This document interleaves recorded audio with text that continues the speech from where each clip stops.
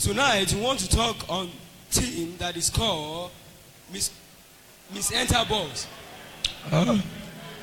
ọ̀gá lálẹ́ yìí o ẹran kú sílùú àìlọ́bẹ̀ gbogbo àwọn ará orí òkè lọ́bẹ̀ máa fi mí kọ́ òyìnbó bọ̀dá máa bọ̀ jẹ́ mánéjì rẹ bẹ́ẹ̀ bọ̀dá dúdú yẹn máa bọ̀ ọ̀gá o ẹ pẹ̀lẹ́ ẹ ti bá ń pàtẹ́wọ́ bá wọn náà ìmúra wọn ṣé ẹ mọ ìṣòro tá a ní lálẹ́ yìí ni pé ìmúra gbogbo àwọn interpreter mi lọ lágbára tó tutù mú ibo lẹ wà tẹ́lẹ̀ sà èyí ló play keyboard abẹ́ ṣe jì ẹjẹ àtúntàn wọn náà wò náà díẹ̀ ìgbà bájà máa bá yín dórí méje màá rí ibì kan tá a fọgbọ́nrún mọ́ tílẹ̀ náà ó fi mọ́ ọ̀ǹtàn lọ nìyẹn.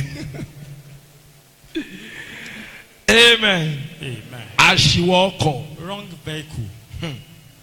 Ní alẹ́ yìí, mo fẹ́ tó o bá sùn ó léwu fún ọ o. Tonight, if you are sleeping, it's dangerous for you. ìṣẹ́jú díẹ̀ la nílò. We have a very short time. Àṣìwọ̀ ọkọ̀. Wrong vehicle. kí ni àṣìwọ̀ ọkọ̀ túmọ̀ sí? What does wrong vehicle mean? tàbí kí ni tó a lè pè gan ní ọkọ̀? What is vehicle itself?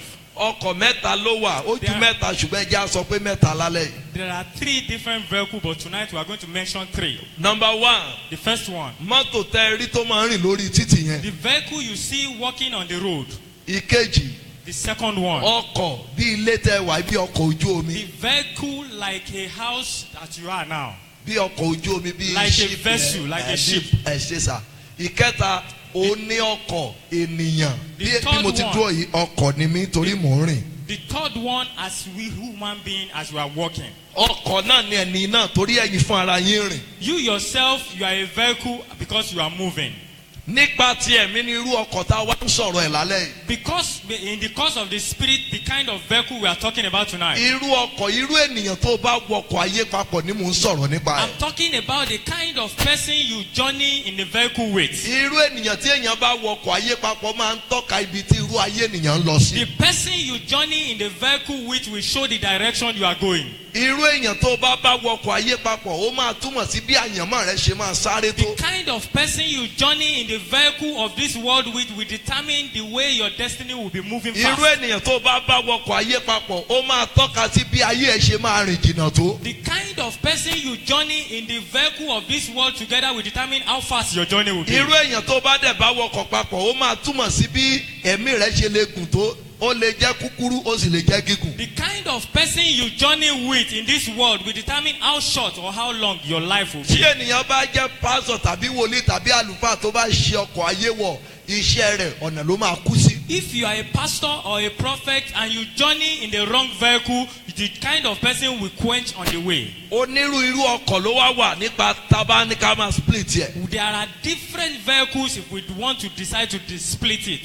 tí ọkọ̀ aya wà nínú ayé tó bá ti ṣe aya fẹ́ láyé o ti ṣe ọkọ̀ wọ̀. There is a vehicle of marital life. You marry wrongly, then you are in the wrong vehicle. tó bá ṣe ọkọ̀ fẹ́ láyé o ti ṣe àṣìwọ̀ ọkọ̀. If you marry the husband wrongly, then you are in the wrong vehicle. tó bá ṣe ilé gbé o ti ṣe àṣìwọ̀ ọkọ̀. If you enter into a wrong house, you dwell in a wrong house, then you have entered a wrong vehicle. òbí tó ń bí ènìyàn lọ́pọ̀ ìgbà àṣìwọ̀ ọkọ̀ ni. So many of our parents, many times they are wrong vehicles. ọ̀pọ̀lọpọ̀ rẹ́ǹtì inú òbí wá sáyé bí ẹni sanwó ọkọ̀ Some ni. people have to rent their parents to this world like a vehicle. mínísírì tí ọ̀pọ̀lọpọ̀ wọ̀ tó ti pe Jésù lọ́pọ̀ ìgbà àṣìwọ̀ ọkọ̀ ni. Many of the ministries that we call Jesus Christ in it today is a wrong vehicle. ibi tí ẹlòmíì ti lọ kọ́ iṣẹ́ àṣìwọ̀ ọkọ̀ ni lọ́pọ̀ Some ìgbà. people where they go and learn their apprentice work is a wrong vehicle. ẹni tó mú tira bí ọmọ ọ̀dọ̀ lọ́pọ̀ ìgbà àṣìwọ̀ ọkọ̀ The ni. person you have accommodated many times they are wrong vehicle. ọmọ tí ọ̀pọ̀lọpọ̀ bí lọ́pọ̀ ìgbà tó bá kíyèsí àṣìwọ̀ ọkọ̀ ni. So many of our children, if we are not careful about it, they are wrong vehicles. àwọn tó mú lọ́rẹ̀ẹ́ lọ́pọ̀ ìgbà àṣìwọ̀ ọkọ̀ ni tí yèrè ò bá So ṣe. many of our friends that we have taken, they are wrong vehicles. ọ̀pọ̀lọpọ̀ ológun àti aláyànmọ́ tó yẹ kó máa sọ̀rọ̀ lónìí ni ayé dá dúró nítorí pé wọ́n wọ àṣìwọ̀ ọkọ̀. So many of people who are supposed to be glorious people talking today, they are wrong vehicles. ọ̀pọ̀lọpọ̀ yẹ kó jẹ́ ọlọ́rọ̀ torí pé ó ń ṣe àṣìwọ̀ ọkọ̀ gbogbo dúkìá rẹ̀ ó ti bómi lọ. So many that are supposed to be because they are wealthy and they are supposed to be speaking, they are wrong vehicles. ọ̀pọ̀lọpọ̀ ló yẹ kó wà ní ipò ọlá lónìí bọ̀ torí àṣìwọ̀ ọkọ̀ wọ́n wà ní oko ẹrú. So many are supposed to be in a position of wealth, but because of the wrong vehicles they journey in, they are in the wrong vehicles. ọ̀pọ̀lọpọ̀ ló yẹ kó jẹ́ aláṣẹ ní ibi tó ní agbára irú àwọn èèyàn tó bá rìn ó mú kí wọ́n wà láàrin àwọn èèyàn lásán. So many that they are supposed to be in the position of authority, but because of the people they journey with, they find themselves in the wrong kì í vehicle. ṣe gbogbo ayé ènìyàn ló lè wọ̀. It is not all people's lives that you are supposed to enter kì í ṣe into. gbogbo ilé ènìyàn ló lè wọ̀. You are not supposed to be able to enter into so many bàbá people's wa house. kan olórin ẹ̀mí kọrin kan. One of our spiritual fathers sang a mo song. ti gbàgbé mi sì ti gbàgbé tán. I have forgotten, but not all. ó ní ó lójú o ilé tó ń san nìyàn ó lójú o. That there are types of houses that can favor you. ẹ jẹ́ ká sáré lọ sínú bíbélì kí a wo àṣìwọ̀ ọkọ̀ àkọ́kọ́ kan. Let's quickly go into the Bible to see the wrong vehicles. ẹ rí Number nǹkan one. tí àṣìwọ̀ ọkọ̀ máa ń kó bá ayé ènìyàn. We see what entering a wrong vehicle can ẹ happen to jẹ́ your lọ life. sínú ìwé Jónà. Let's go to the book of Jonah. ẹ jẹ́ ká wo orí kìíní. Jonah chapter 1. káàkà bẹ̀rẹ̀ sí ka ẹni tó bá gbọ́ Yorùbá dáadáa The kó bá person mi that ká láti understands Yoruba very ẹsẹ̀ well. ìkejì. From verse 2. Yes. ẹgbọ́n sókè díẹ̀ sára Èkìtì ní. dìde lọ sí Nínéfè ìlú ńlá ni kí gbèsè ẹ máa wo nǹkan o. Look at it. dìde lọ sí Nínéfè Arise and go to kí o sì Nineveh kígbe sí i. and shout unto it. Yes. ìwà búburú wọn gòkè wá sí iwájú mi. Their wicked works Yes. cost to men. ẹ máa wo Look at it. Jónà dìde Jonah láti arise sá lọ sí Táṣísì. to run to Tarsus. ẹgbọ́n ta ló lè sá kó wájú Who Olúwa. can run from the presence of God? kò sí bó o No wọ one. abẹ́ ilé Olúwa rí ọ. If you enter into a ground, God sees bó o you. wọ abẹ́ omi Olúwa rí If ọ. you enter into the water, God sees you. bó o bá tẹ̀ ní kó mọ̀ ń bọ̀ náà bọ̀dá jókòó ẹ̀dúró níbi tẹ́ ẹ dé ní ẹ̀ mo fẹ́ kẹ́ ẹ̀ mọ̀ pé kò síbi tó wà tójú Olúwa ò ti I rí want ọ. you to know that there is no place you are that God's eyes cannot see you. mo rò pé bóyá 2 months ago or I a think month about 2 ago months ago or a month ago, mo ń rin ìrìn àjò kan lọ ìlú òyìnbó. he was on a journey. mo ṣáà rí àǹtí kan àti bọ̀dá kan. And he saw a brother and a sí sister. lọ́mọ́ra bí ejò nínú And they begin to aeroplane. hug themselves in the plane.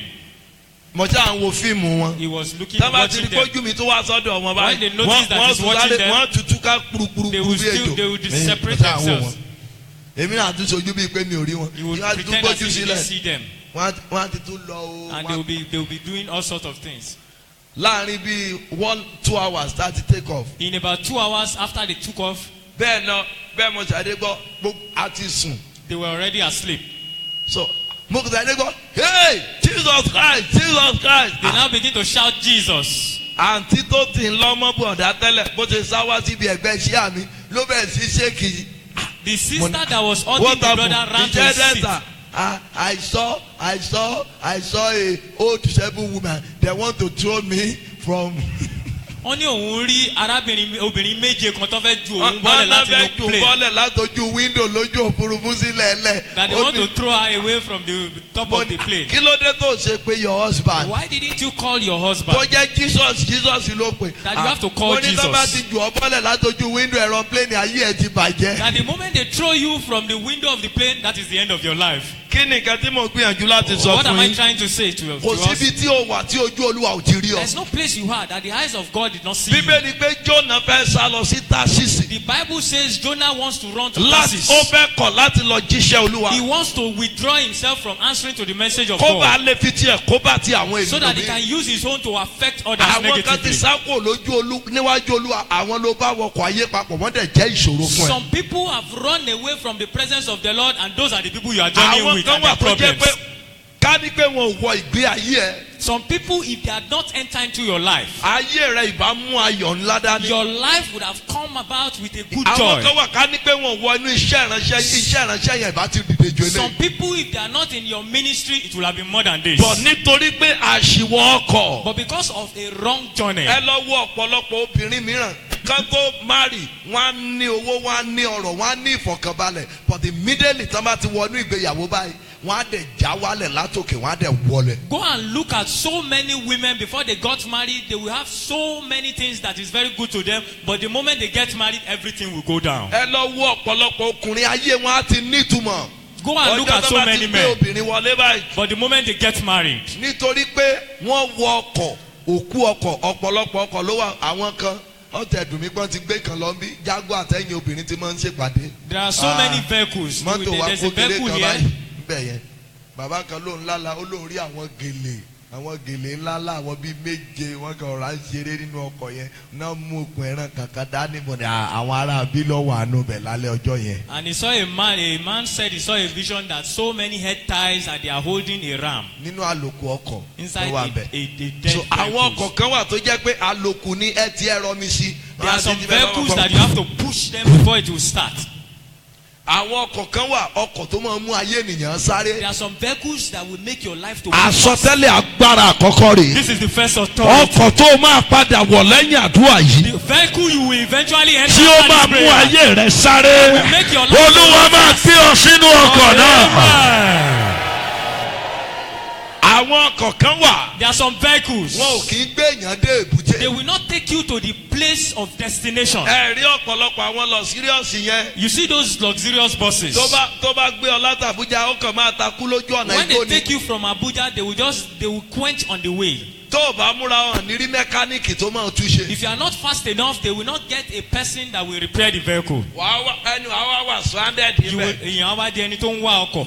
àṣìwọ̀ ọkọ̀ ló mú kí ọ̀pọ̀lọpọ̀ wà stranded. Wrong vehicles has made so many people to be looking for another vehicle. àwọn wa máa wá ilé tó o bá dẹ̀ wá rí ilé tó wọ̀ ibẹ̀ nílẹ̀ máa ṣùgbọ́n And if you ọ̀sìn. are not able to get another one, the night will come and meet you there. tó o bá tó wá múra níbi tí mọ́tò yẹn bàjẹ́ sí amrọ̀bà tó wá síbẹ̀. If you are not fast enough, where the vehicle broke down, armed robbers will meet you there. wọ́n á tún wá pọ́n àgbà nǹkan tó o tún ní nínú And they ibẹ̀. will snatch what you have taken. bẹ́ẹ̀ ọ̀pọ̀lọpọ̀ wa náà ti ṣe àṣìwọ̀ ọkọ̀ àwọn olè ẹ̀mí tó wá gbà nǹkan lọ́wọ́ wa. So many of us that have entered into wrong vehicles now encounter armed robbers in our way. but ní òru yìí But tonight, olè ẹ̀mí tó gbà nǹkan lọ́wọ́ rẹ nínú àṣìwọ̀ ọkọ̀ tó wọ̀. the robbers that have taken something gbogbo from you, your nǹkan wrong rere tí vehicle, wọ́n gbà lọ́wọ́ rẹ every good thing a that máa have taken fi from àánú you, dá padà fún ọ God lálẹ́ will yìí. return it back to you. Amen. mo lá máa fi àánú dá padà fún ọ lálẹ́ yìí. Amen. mo lá máa fi àánú dá padà fún ọ. Amen. ẹ jókòó Please sit down. ẹ rí àṣìwọ̀ ọkọ̀ Wrong vehicle.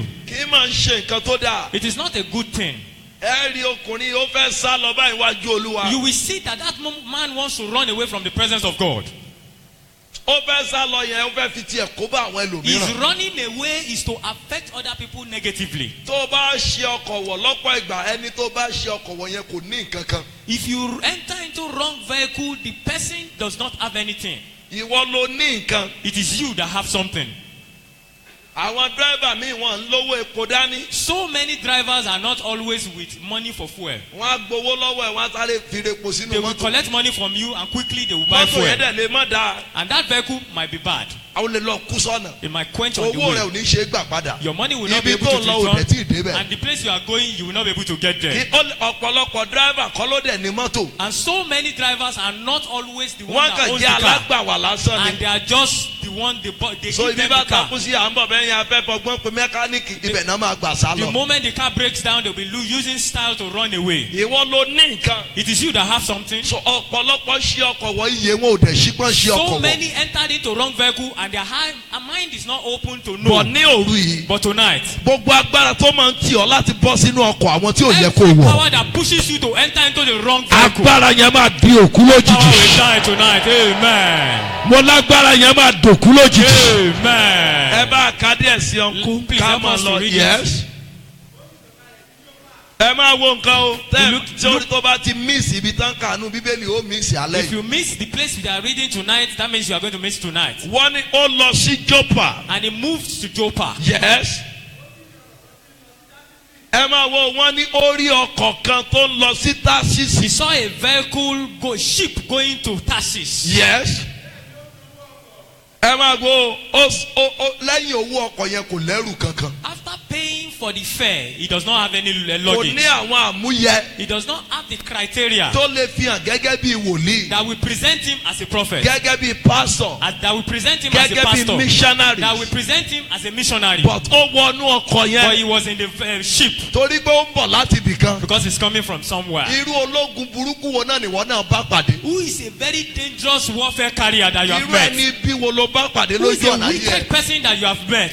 Ọ̀pọ̀lọpọ̀ ẹni bí tẹ́ ẹ bá pàdé ni mò ń pè ní àṣìwọ̀ ọkọ̀ So fún yín many lónìí. wicked people are the people I am calling wrong Àwọn vehicles ló bá today. rìn tán da ìrìn àjò Those are ayé the ẹrú. people you have joined with and have Àwọn ló bá capsized your rìn tán vehicle. sọ ìrìn àjò ọdún mẹ́fà wọ́n sọ di ìrìn àjò They are 30 the years. ones you journey with and they turn the journey of 6 years to eternity, 30 years. to 30 years. Ìrìn àwọn ọmọ Ísírẹ́lì. The journey of Israelites, Bàbá onímọ̀ ìjìnlẹ̀ kan sọ fún mi lánàá. a researcher Ìjẹta. told him yesterday Ó ní 11 years ló yẹ kí ìrìn yẹn tèkì wọn that pé the kò tẹ̀ journey ṣe is 40 supposed to days. take them just 11 years, not 40 years. Uh-uh, Not 400 11 years. days. 11 days. days. Pé kò ń ṣe 40 days. That it is not even 40 days. But ìrìn 11 days. The 11 days journey, Ó wá di ìrìn 40 days. he now becomes 40 a years. 40 years journey. Kí ló fà á? What is the Torí cause? pé wọ́n ṣe àwọn kan bá rìn. Because they moved wrongly with some people. Àwọn kan tá a sọ pé ẹ má jẹ́ àlọ́jọ́. Some people that will say, don't let us go. Ibi tá a wà yìí dá. This place we are is very Àwọn good. kan máa sọ pé à ń rí èso kan jẹ́ ń bì. Some people will say that we are eating fruit Ẹja here. dúró sí abẹ́ èso yìí. Let us stay under this fruit. Ayé wọn wá dúró sójú kan. And their life now remain in Wọ́n one wá lọ place. mú wọn gbà bí tí ò yẹ kán gbà. They now begin to take them through a wrong way. Ó wá ná wọn ní 40 years. It now took them 40 years. Nítorí pé wọ́n ṣi àwọn èèyàn bá rìn. Because they have moved wrongly with some Àwọn kan náà people. ò bá wọn rìn, àwọn náà fà ọ́ sẹ́yìn. You have moved wrongly with some people and they are pulling you back. Àwọn ló fà ọ́ sẹ́yìn pé ó tí tó ṣe rere. That you are not ready enough to do great things. Àwọn ló máa sọ̀rọ̀ rẹ fún àwọn ló tún máa sọ fún ọ wípé ó dáa o tó bá ti kúrò lọ́dọ̀ wọn tán àwọn ló tún máa jẹ́ ọ̀tá rẹ. They are the one you will tell your matter and they will tell you it is good and they will still be your enemy. Ẹ káàbọ̀ ọ̀dà Please yes. read. Ẹ má ó ti sanwó ó wá sọ̀kalẹ̀ sínú ọkọ̀ náà He yes. has paid and he entered into the vehicle. Yes. Ìbínú Olúwa ti bẹ̀rẹ̀ bẹ́ẹ̀ yẹn o. The anger of the Lord has begun. Ẹ rí o. You will see Ẹ mọ̀ pé kì í ṣe àwọn tálíkà ló bá wọ ọkọ̀ ojú that he omi. has not entered into the vehicle with poor people. Àwọn oníṣòwò ńlá ló bá wọnú ọkọ̀. He had entered into the vehicle with rich men, Àwọn businessmen, tán ní nǹkan gidi dání. people that have very tangible But things. Jónà kò ní ohunkóhun ju owó mọ́tò tó san. But Jonah does not have any other thing apart from the fare he paid for. Ọ̀pọ̀ tó bá rìn kò lọ́la rere. So many people you have journeyed with, they don't have anything good. Ọ̀pọ̀ ó lọ́la ṣùgbọ́n wọ́n ti bà tiẹ̀ jẹ́. Some people Ó wá have, ń wá ẹni tó náà yóò bà tiẹ̀ jẹ́ some padà. people have tomorrow, but it has been damaged, but they are looking for people that they will damage theirs Ẹ too. mọ̀ pé ọ̀pọ̀lọpọ̀ ló ti di aláìsàn tó wá ń wá ẹni tí ó kó àìsàn ràn náà Some kiri. people are already sick and they are looking for people they will attach, they will Ó inflict ló their bá sickness wọkọ̀ on. ayé papọ̀ báyìí. Those are the people you have journeyed with. Ẹ bá ń kà á yes. Please read. Ìjì tó lé ó wà lójú òkun. And there is a big storm Yes. on the sea. Yes. Àwọn tó wà nú ọkọ̀ yẹn wá bẹ̀rẹ̀ sí í bẹ̀rù. Those in the ship are now afraid. Yes. Olúkúlùkù tó wá wà bẹ́ẹ̀ irú ìgbé tí mo fẹ́ kẹ́ lálẹ́ gan nìyẹn o. This is the kind of shout I want you to shout tonight. Ìjì ò tí ì bẹ̀rẹ̀ nínú ọkọ̀ yìí nígbà tí àwọn ènìyàn wọ̀nyí wà nú ọkọ̀. The storm have not started when these people are in the ship. Ṣùgbọ́n ìgbà tí wọ́n ṣe ẹnìkan bá wọkọ̀ But papọ̀. when they entered into the ship with the wrong person, Ìjì tó lágbára dàpọ̀ sínú a ayé great wọn. storm mingle with their journey. Yes. Báyìí ṣé ti jẹ Samuel Ajayi crowd alẹ́ ti gbé dání ni. Wọ́n kó ẹrù tó wà nínú ọkọ̀ dà sí inú òkun. And they begin to Ẹrù remove tó their wà nínú luggage ọkọ̀ wọ́n to the bẹ̀ sí sea. kó sínú òkun. And they begin to put it in the sea. Yes. Wọ́n fẹ́ mú ọkọ̀ yìí wọ́n fẹ́ mú fúyẹ́ To ṣùgbọ́n make ọkọ̀ the yóò ship fúyẹ́. light. Yes. Jónà sọ̀kalẹ̀ lọ sí ẹ̀gbẹ́ ọkọ̀ díẹ̀. Yes. O ẹ̀gbọ́n tán wọ́n ní ó dùbúlẹ̀ bí igi ṣe tó yẹn kò kọ nǹkan kan. As Àwọn much tó as ń the ṣe ọ́ storm. náà wọ́n ń sinmi nílé báyìí. As much as the storm is, he is just lying down. He's not concerned. Those Àwọn people tó ń fogun troubling jà you ọ́ at inú home. ìsinmi náà wà. Those people troubling you, they are in rest now. Jonah lọ ń sùn tiẹ̀. Jonah went to sleep. Nígbà tí àwọn kan wà nínú ìdààmú. When some people are in tribulation, Ẹ wo bí tán bá yín dé, ẹ wo bí wọ́n bẹ́ mi náà dé. look at the place they have taken you and hide you. Jonah àwọn èèyàn ti kó gbogbo nǹkan wọn sínú Those odò. people have removed their luggage in the sea. Mo sọ fún yín bí ní ọjọ́ kan sẹ́yìn. Mo I ní told us sometimes báwo ago, làjẹ́ ṣe máa pọ̀ ọmọ pásítọ̀. how can a witch kill the son of a pastor? The son of a Ó pastor. pa kíní, ó pa kejì, ó pa kẹta. He killed the first, second, and third. Ó ti wá lọ ń fi ó sọ pé òun ti gba Jésù lólúwa, ó wá lọ ń fi sọ testimony And he kiri now begins to ṣọ́ọ̀ṣì. use it Right. as testimony that he has accepted Jesus Ẹ mọ̀ Christ. pé àṣìwọ̀ ọkọ ni. Don't you know that it's a Nígbà wrong tí pásọ vehicle? fún ara ẹ̀ mú yàn tíra sí mission house. When pastor himself accommodated somebody in a mission house, Ẹni tó mú sọ́dọ̀, ó And the fẹ́ ká person- yé ẹni yẹn dáa ni. and the person he accommodated, he wants the Nǹkan wá life of the bẹ̀rẹ̀ sí yé person ni to pé ó better. pa ọmọ pásọ̀ kíní, ó pa kejì, ó pa kẹta. And he now begin to kill the son of the Ó pastor, pa the first kẹrin. and the Ó fourth túmọ̀ one. sí pé nínú òkùnkùn ó gba promotion. It means that in the realm of darkness, he has taken promotion. Ó tún wá sọ pé òun ti gba Jésù lólúwa. He now says he has accepted Jesus Christ. Jésù tó tún gbà lólúwa The yẹn. Jesus he Ó accepted. tún wá ń fi pásọ̀ yẹn testimony pásọ̀ ó fi make owó. He now uses the pastor as testimony to make money. So tó o bá múra tí àṣìwọ̀ ọkọ bá jẹ́ kó kú sójú ọ̀nà, àwọn èèyàn kan máa fi ọ́, wọ́n á máa fi ọ́ dìde. If you Wọ́n á máa lo ìgbà tiẹ̀ mọ́ra. If Wàá you kàn rí wípé o kàn waste. If you don't put yourself together, a wrong vehicle you entered, some people will still waste your time alongside. Ẹni wàá kàn kù sóyìnbó lásán. It will now be you and your English. Wàá kàn máa sọ pé I'm a professor. You'll be saying you are a professor. I'm a graduate holder. You'll be saying I'm you are a a graduate clinic holder. holder. I'm a degree holder. Ibẹ̀ ni o dúró sí. Stay there. Àṣìwọ̀ ọkọ̀. Wrong vehicle. Ohun tó ní sórí lásán ló máa rí láìmọ̀ kó ti dòfo. It is what you have in your head that you will depend on, and it is empty. Ìgbà tó bá wá tán ló á jẹ́ mọ̀ pé mo mọ̀ tí wọ ọkọ̀ tí ò yẹ ń wọ̀. When it is finished, that is when you will now realize you have entered the wrong vehicle. Ní alẹ́ yìí, Tonight, ẹni tí iye yín bá ṣí for lálẹ́ those yìí, that their mind is ẹni open, tẹ́ ẹ bá wọkọ̀ ayé papọ̀ tó gbé ayé yín dání, people you journeyed with wrongly that are carrying your life, tí ẹ wá gbé ayé ẹlòmíràn. and you are carrying another person's life. irú alágbára bẹ́ẹ̀ Such person, olúwa máa dìde ogun sí God lójijì. will rise against them in the name of Jesus. Ẹ jókòó, Sit down. ọ̀pọ̀ ló ń gbé ayé aláyé torí pé ó ṣí àṣìwọ̀ ọkọ̀ Some pẹ̀lú people ènìyàn. are living another man's life because they have entered into the wrong Orí vehicle. òkè yóò tẹ ń ṣe bí tó gbúdọ̀ wá sí kó kàn lọ bẹ́ẹ̀. This mountain is not a place you come and just go like Kí that. là ti rí lórí òkè yìí? What have we not seen on this mountain? Mo máa ń sọ gbogbo ìgbà ẹ̀mọ ìdí tá a ṣe máa ń repeat ẹ̀ fún ni pé sójà go sójà come lọ̀rọ̀ orí òkè bí ẹlòmí ẹ̀yin tẹ́ ẹ ṣẹ̀ wá sórí òkè for the first time ẹ̀ náwó sókè kiri yín. You are here for the Ṣẹ́ẹ̀rì first báyìí time, ẹ̀rí please raise your pé hand. 70% yìí báyìí lẹ̀ṣẹ̀ tó wá bí ẹgbẹ́ wọlé yóò dáa About fún yín. 70% of us Kí are ni here tí mò for ń the gbìyànjú first láti time. sọ What are fún we yín? trying to say? Wọ́n gbé àlùfáà kan wá sórí òkè A yìí. man of God was brought to this Ẹ mountain. máa wo àṣìwọ̀ ọkọ. Look at the wrong vehicle. Òun àti ìyá àti ìyàwó ló gbé The wá. man and the mother and the wife. Bí òkú ni nínú small church He's yẹn. like a dead man when he was brought here. Odidi ọjọ́ mẹ́sàn-án kò lè jẹ kò lè mu kò lè dìde. About 9 days he could not eat, he could not stand up. Mo wá mínísà ní bí òru bí eléyìí. And he was preaching like this on the night. Wòlíì ẹ̀sìká àwọn wá wọlé láti ẹ̀yìn wọ́n gba Prophet ti à Ezekiah entered from the wọ́n back. wá gba ti ẹ̀yìn wọlé. He entered from the back.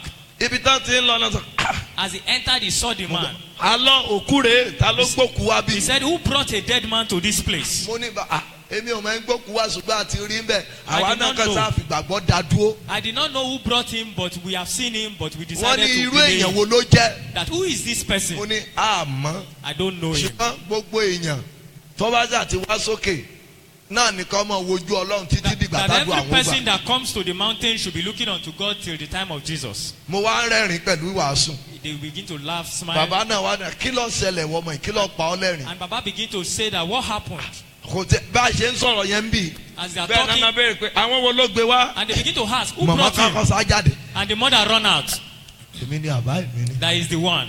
Àti ta ni That who? And ìyàwó who? mọ̀mọ́ náà ìyàwó bọ̀dá náà sá jáde. And the mother of the wife of the man Bàbá came wa sọ out. pé ó yá ẹgbọ́n And here, he ẹ̀yin said here, méjèèjì the two of you, ó yá lọ́wọ́ fẹnu gbó àpáta. go and begin to use your mouth to rub the rock. Ẹ má fẹnu gbó Use your mouth to rub the rock. gidi gan ni o. Very, very well. Pé aago mẹ́fà ò gbúdọ̀ lù bá yín lórí That òkè. 6 o'clock must not clock before you descend on the mountain. Báwọn méjèèjì aṣá lé wọn sọ̀kalẹ̀ They láàárọ̀ now ọjọ́ kejì. chase them down.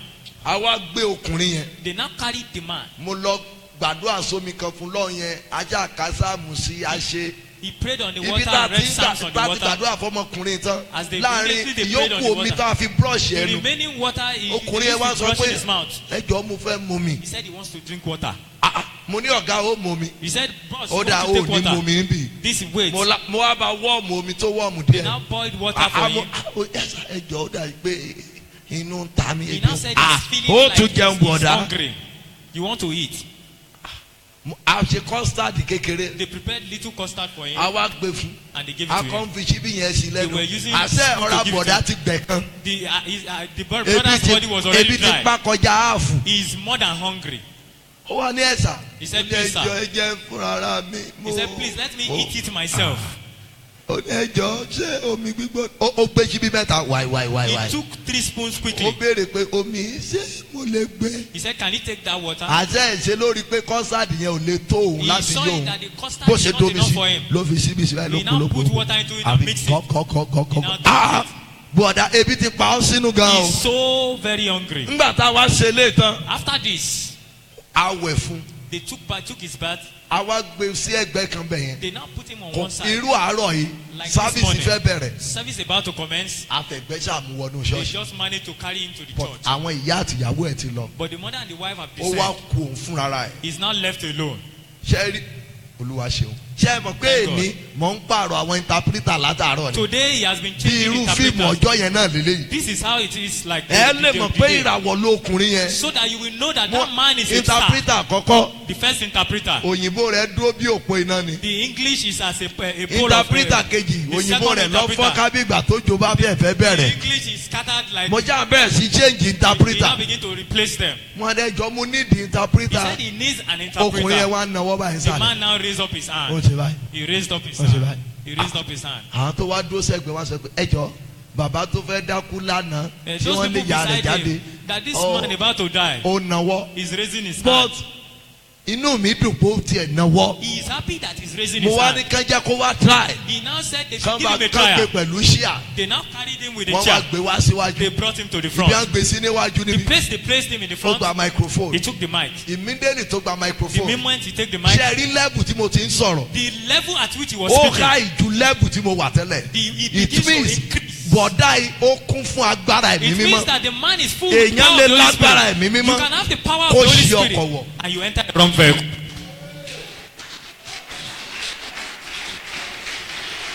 Èèyàn lè jẹ́ kìrìsìtẹ́nì. You can be a Christian Kó tún ṣí àṣìwọ̀ ọkọ̀. and you enter a wrong vehicle. Òótọ́ ni mo sọ fún ẹ I yìí. am telling you this. Àwọn èèyàn lè mislead ẹ wàá dẹ̀ ṣí ọkọ̀ wọ̀. Some people, many people might mislead you Pastor and you lè enter a wrong mislead ẹ vehicle. wàá ṣí ọkọ̀ The wọ̀. pastor might mislead you, you enter a wrong vehicle.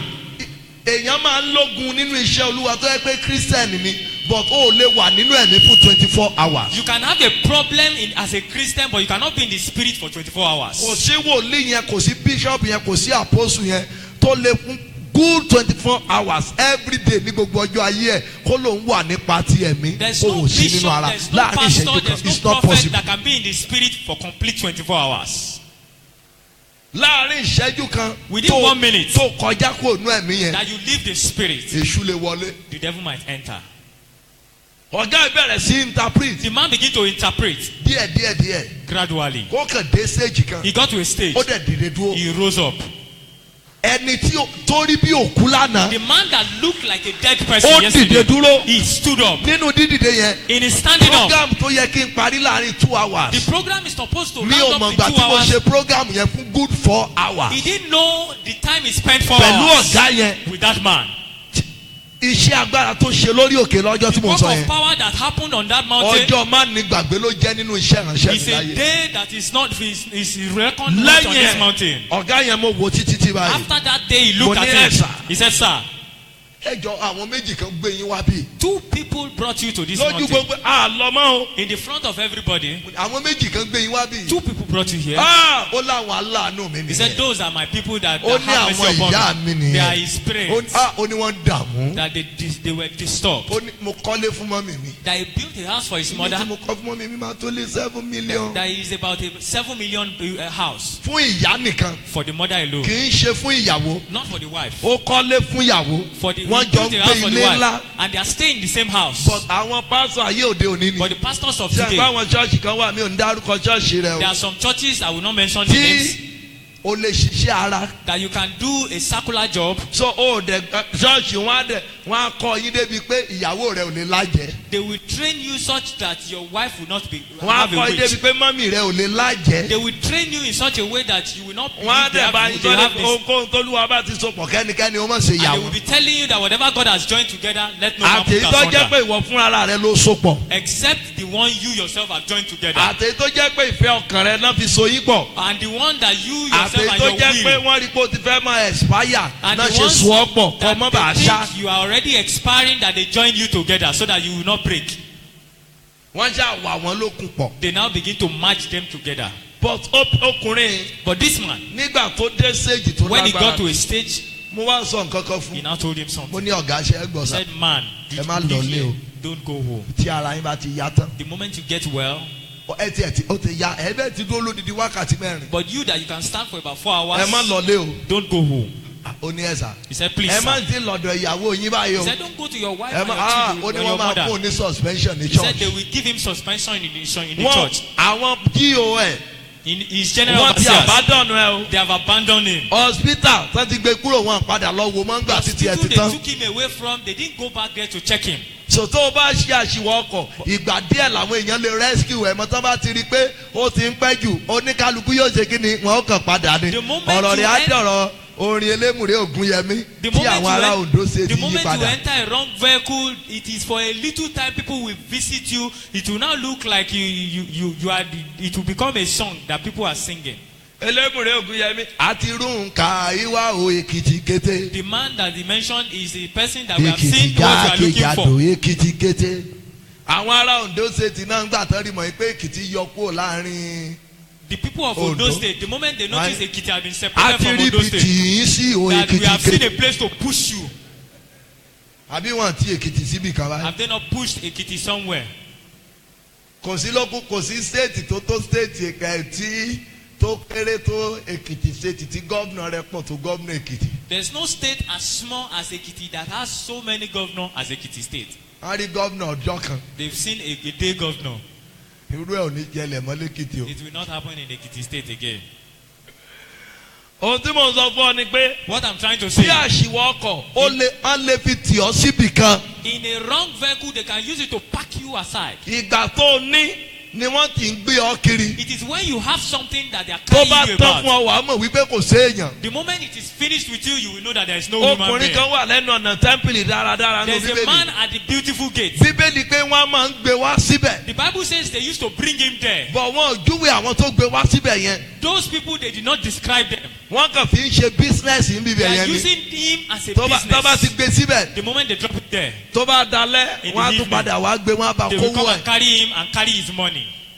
wọ́n gbé wọnú tẹ́ḿpìlì dáradára. Take him into the beautiful gate. Into the beautiful gate. ó kàn wà lẹ́nu ọ̀nà ni. He is at the kò entrance of ní the access beautiful sí gate. nǹkan tó ń ṣe He nínú. does not have access to what they are doing there. ṣùgbọ́n nígbà tí àkókò ẹ̀ But tó when the time came tí ẹni tí a rán sí dé and the person sent to him came, á fà á dìde. he was pulled up. bíbélì pé ó wá wọnú ilé He yẹn. now entered into the ìgbà very tó church. dénú bẹ̀ yẹn When he tán entered there, wọ́n ló bẹ̀rẹ̀ sí í fò sókè. he now began to ọ̀rọ̀ ẹ̀ di àríyànjiyàn. mo sọ sínú ayé I 41. say it to the life of 21. nínú ibi tí ayé dá ọ dúró As sí. the place where you have been ọmọ stopped. agbára jíde ó yẹ kó gbé ọ dìde Enter bẹ̀. your life.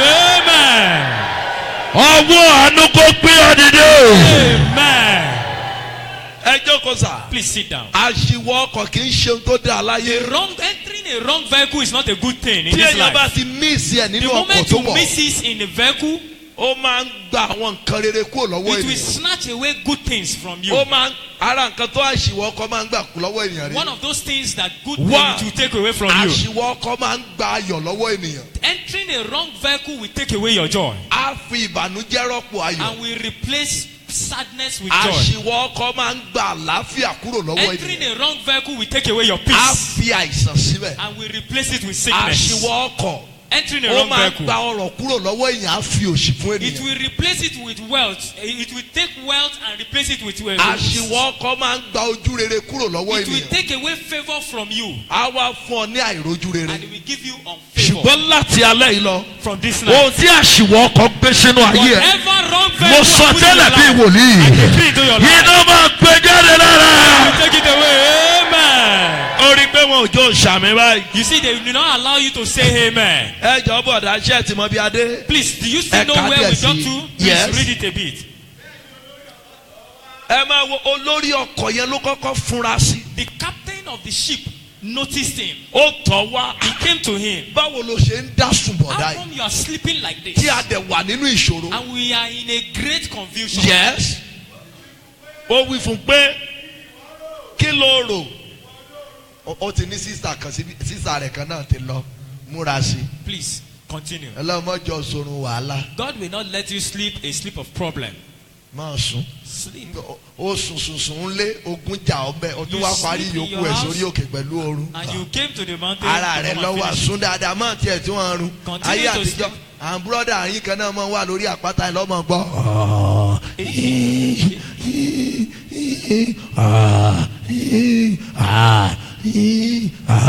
They will be snoring heavy. mo ìbò ọ̀dà jẹ́ ń pa yín lẹ́rìn kan. Let me make you laugh a bit. ní ọdún gbọ́rọ̀ ọdún About a alálùmọ́lẹ̀. long years ago, ìgbà yẹn bí bá ti lu aago màá tún mú tọ́sí dání. when igbó he ti rings pọ̀ the bell, lóko he igbó will ti carry pọ̀ gan torchlight. lókè yìí There's gan. still many bushes on the àwọn mountain. igi oríṣiríṣi. There are so many trees. àlùfáà kan kó àwọn ọmọ ìjọ rẹ̀ wá sísàlẹ̀. There's a man that came with his wọ́n members. ti jó oúnjẹ inú ike. wọ́n ti They've jẹ. entered, they've eaten very well.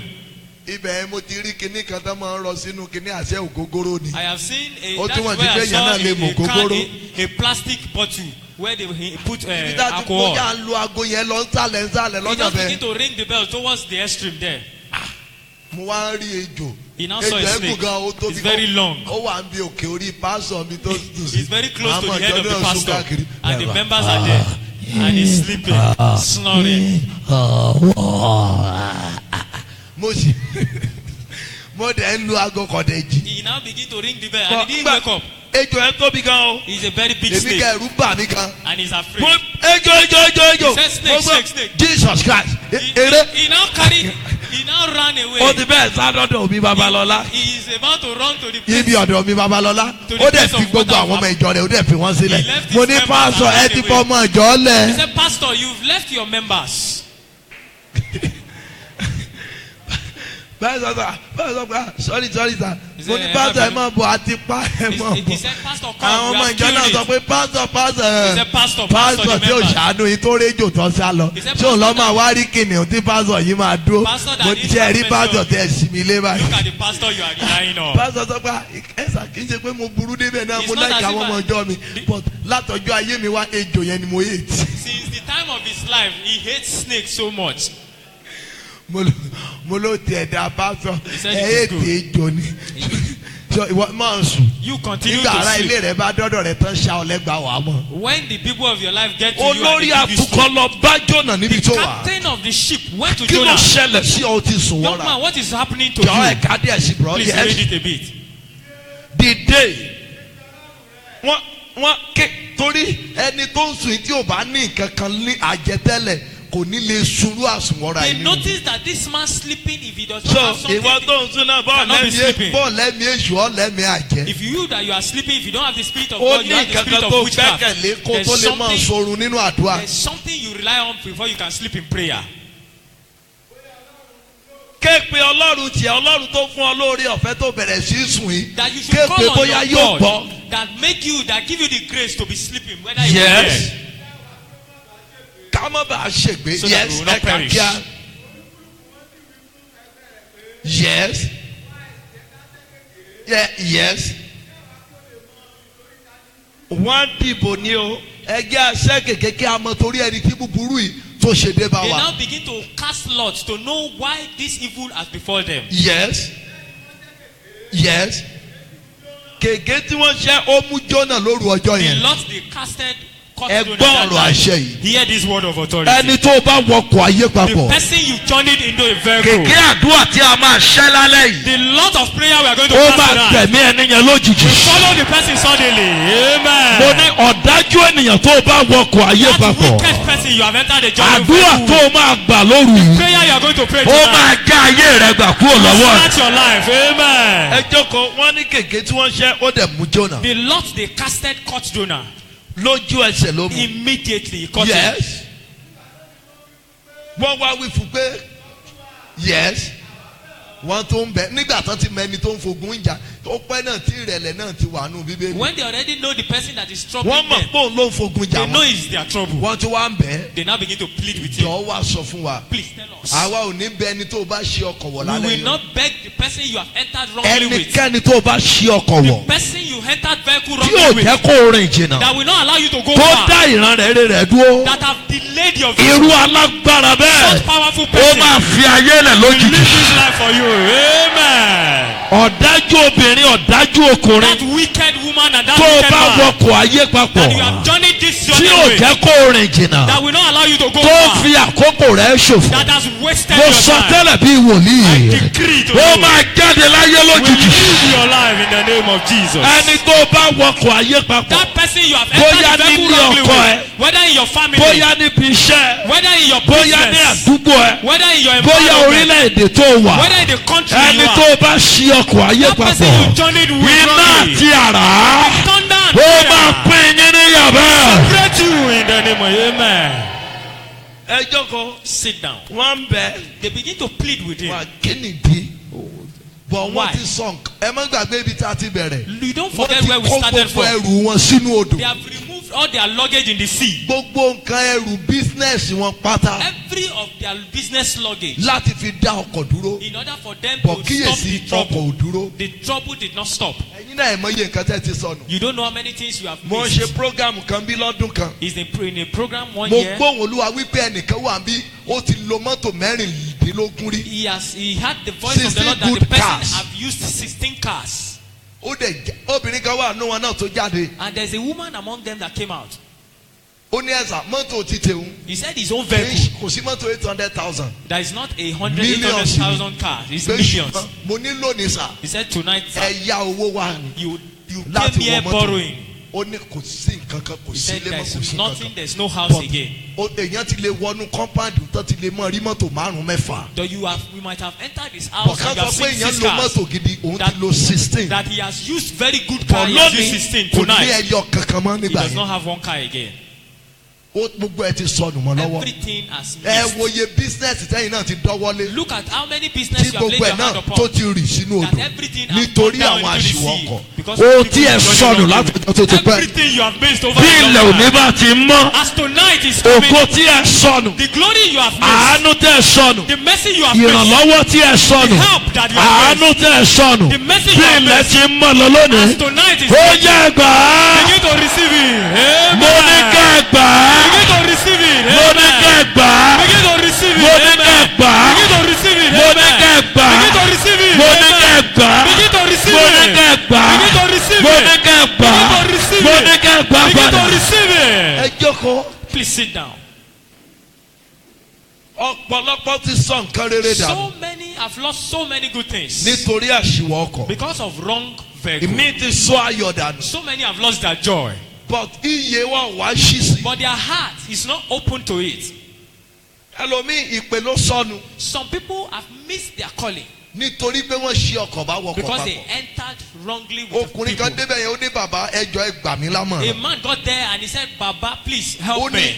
ọ̀gá tó ń bá rìn He said the nínú boss iṣẹ́ is olúwa moving with in ó ló his ti ministry kúrò nínú olúwa. that he has left the ministry. ó ní ministry. àwa tá a wà lẹ́yìn ẹ̀gán ti kúrò nínú That olúwa. the people that are his followers have left ó God. ní kí ni kò ń ṣe. That what will he do? ó ní òun á máa ríran tẹ́lẹ̀. That he used to see vision òun á before. máa gbóhùn That tẹ́lẹ̀. he used to hear God before. tó ń bá sọ tẹ́lẹ̀ That báyìí whatever he ó prophesied, máa rí bẹ́ẹ̀ ni. it used to be so. ṣùgbọ́n lónìí sà But now, ó lóun fúyẹ́ ju ìyẹ́ that ẹ̀dìyẹ lọ. he's as empty as ó more ní as a torí feather pé of a chicken. òun ṣe àṣìwọ̀ ọkọ̀. Because he has entered into a wrong ó vehicle. ní òun tó ẹgbẹ́ òun ti máa ń ka bíbélì tẹ́lẹ̀. Because he used to read the Bible òun tó before. ti ń gbàdúrà He tẹ́lẹ̀. used to pray ibi before. tó ti bẹ̀rẹ̀ nìyẹn o. That is where he kò lè started from. kò lè ka bíbélì He mọ́. cannot pray kò lè again. gbàdúrà He mọ́. cannot read the kò word of lè God God gbàwẹ̀ again. mọ́ He cannot torí fast pé ẹni again. tó mú gẹ́gẹ́ bí role model tó mú Because bí the ọ̀gá person he àdìtọ̀ chose as a mentor, agbára àná ni wọ́n ń lò they are using the powers of kò sáàyè fún yesterday. bíbélì mọ́ There's no time for kò the sáàyè Bible. fún ọ̀rọ̀ There's no Ọlọ́run time for kò the word sáàyè of fàdúrà God. mọ́ There's no time for prayer wọ́n á again. jẹ wọn á mú wọn á túró owó They will eat and they will still ó make lóun money. sí lọ́nà ìjọba ọ̀run That they mọ́ are not on the journey of Mo ní heaven bàbá. again.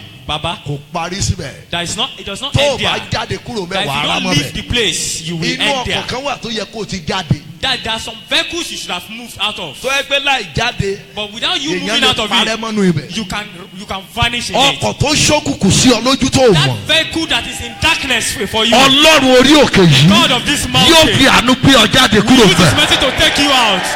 inú ọkọ̀ ìkà tó wọ̀ In the wicked inú vehicle, ọkọ̀ dájú tó wọ̀ in the wicked vehicle, you Ọlọ́run have ìpè entered. àpọ́sù ayọ̀ The babalọ́lá God of apostles, ó máa fi ọwọ́ àánú gbé ọ will use jáde. the God of mercy to take you out. Amen. àǹtí irú ọkọ̀ wo ló wọ̀ báyìí Until which type of vehicle have you entered bọ̀dá into? irú ọkọ̀ wo ló wọ̀ báyìí Brother, which type of vehicle have you entered ẹ̀yin bàbá into? bàbá nú iṣẹ́ Olúwa My dad is in the work of God. irú ọkọ̀ wo lẹ wọ̀ Which type of vehicle bí have you irú entered? eléyìí tí àwọn ọkùnrin yìí wọ̀ Is it the type of these people, the one these people tí entered? ẹrù ògo wọn ti bọ́ sínú odò That they are, well, the luggage of glory have been entered into the irú sea. ilé wo ló kó dúkìá gidi wọ̀ tó rẹ́ǹtì tó jẹ́ pé gbogbo ohun tó ní o ti fẹ́ tà tán báyìí Which type of house did you rent that you entered with good luggage and now that everything has almost kò rí vanished? báyìí nígbà tó bẹ̀rẹ̀ It is not like this when you started. pẹ̀lú àṣẹ By the Olódùmarè authority of the tí living ìjì God. bá lè dúró lórí òkun yìí If the storm can stop on the sea nítorí àwọn ènìyàn because yìí of these people, gbogbo ìjì tó jà ọ́ every sea with Èyí tó storm ja iṣẹ́ rẹ. that is fighting your èyí work, tó ń ja ìgbéyàwó ẹ fighting your èyí marriage, tó ń ja kọ́mpìnì ẹ that is fighting your èyí company, tó ń ja mínísírì ẹ that is fighting your ó yá ministry, dákẹ́ that will stop in the name of Jesus. ó yá dákẹ́ It will stop, amen. ó yá It dákẹ́. will stop in the name Ẹ of Jesus. jókòó. Please sit down. ìjì kan ń jà ọ́ sà There is a storm that is fighting you nítorí àṣìwọ̀ ọkọ̀ because of wrong vehicle. màá sọ ohun tó parí pásọ̀ yẹn fún yín I will nísìnyí tell you what ended the pastor. ẹni tá a ní kó má lọ sílé tó ní wọ́n máa dáhùn dúró That ní man ṣọ́ọ̀ṣì that we told that shouldn't go home, that said he will be suspended in the church. ẹ kà á díẹ̀ sí Please bọ̀ read it a bit. torí ta ni búburú ìṣe wa Because yes of who that this evil befall us. yes yes kí lorúkọ ìlú rẹ ṣe rí i pé wọ́n waste time ara wọn gan You bí see that they wasted a lot of their time pẹ̀lú ìbéèrè nígbà tán ti mẹ́ni tó ń fogun jà wọ́n with many questions when they ó yẹ kán ṣe recognize ìdájọ́ him. ọwọ́ fún lójú They are ẹsẹ̀ supposed to judge him immediately. yes ó wí fún wọn pé ebéèrú ni mí gẹ́gẹ́ bí ìbéèrè yín yes According to their question, ẹgbọ́n ṣé ó bẹ̀rù olúwa ló sá kó wájú olúwa ṣé ẹni tó ń fogun jà ó bẹ̀rù olúwa the person that is waging war against you, did he fear the Lord? ọ̀rọ̀ yẹn ló bí mi inú jù nú bẹ̀ yẹn o That was what annoyed me most in that place. ebéèrú ni èmi He said, I am an mo Hebrew sì bẹ̀rù olúwa and I fear the ó Lord. bẹ̀rù olúwa wọnú ọkọ̀ àwọn ènìyàn You fear the wọ́n Lord kó and you gbogbo enter ẹrù the wọn ship sọ̀kalẹ̀ and sínú they odò remove all their luggage in the sea ìwọ dẹ̀ ń sùn and you are sleeping. olúwa tó bẹ̀rù yẹn ò lè sọ pé kólúwa yẹn kó dá ìjì yẹn That dúró God that you fear, you cannot tell him to stop the ẹni tó storm. ń ṣe ọ́ lọ ṣọ́ọ̀ṣì o That person that is waging war against you ẹni tó ń is ṣe ọ́ going lọ to church. mọ́ṣáláṣí o He's going to mosque ó dẹ̀ ló ń bẹ̀rù olúwa and he's saying that he fears the Lord. ẹni tó ń ṣe ọ́ tó ń ṣe bí That ọ̀rẹ́ person that is waging war against you and is your ẹni friend. tó ń fogun jà That ọ́ person waging war against ẹ̀mí ẹni you. yẹn máa sọnù Person's lójijì. life will be missing tonight. Amen. ta ló sọ pé ó bẹ̀rù olúwa bó ló bẹ̀rù olúwa sí. Who is saying that he fears the Lord? Where did he fear the Lord? èèyàn gba iṣẹ́ lọ́wọ́ rẹ̀ ó ló ń bẹ̀rù olúwa. Somebody snatched your work and he said he fears the Lord. èèyàn dá ọ dúró ó ló ń bẹ̀rù The olúwa. person that stopped you, he said he feared the Lord. ó yẹ kó o ti rìn jìnnà kó o ti bímọ kó o ti láya kó o ti lọ́kọ ó ló ń bẹ̀rù olúwa ó dá ayọ̀ rẹ You are dúró. supposed to have gone far, gotten married, and have your children. They Hold said on. they are fearing the Lord and they stop you in one place. èmi ò máa ń gbà kéèyàn sọ pé ẹjọ́ àfàlẹ́ olúwa lọ́wọ́ kílẹ̀ ń fa olúwa lọ́wọ́. I don't want to take it that we should hand him over to God. What are you handing over to God? àwọn ìyá ìkàkà sọ pé ìmọ̀jà ṣépè Some ìjà wicked àfihàn women, they will say, don't let us curse. ẹjẹ́ àfìdájọ́lẹ̀ léwọ́ ọlọ́run That we should leave judgment to God.